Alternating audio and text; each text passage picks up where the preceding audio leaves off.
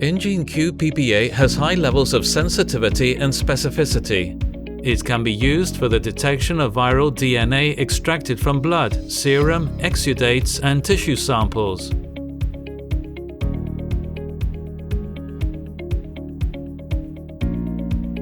Take mixtures A and B out from the freezer, keeping them in crushed ice. Make sure that they are correctly homogenized before taking out the required volume for the assay.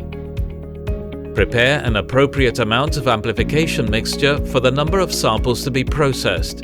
Prepare and label the tubes for the amplification of samples to be processed, as well as the positive and negative controls. Take the mixture, homogenize correctly, and add 50 microliters to each tube.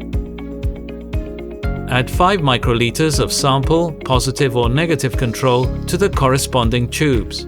Make sure samples do not make bubbles. Centrifuge lightly if this occurs.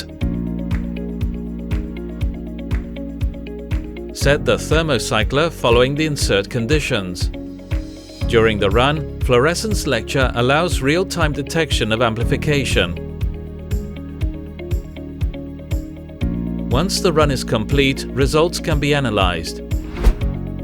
The assay will be considered as valid when the positive control has a CT value comprised within the range 32 ± 4 and the negative control has a CT value plus 45 in the FAM channel. For the samples, a positive result during amplification implies a typical fluorescence curve with a CT value less than 45. A negative result needs further analysis. If internal control results positive, the sample can be confirmed as negative. If internal control results negative, amplification is inhibited and must be repeated, diluting sample.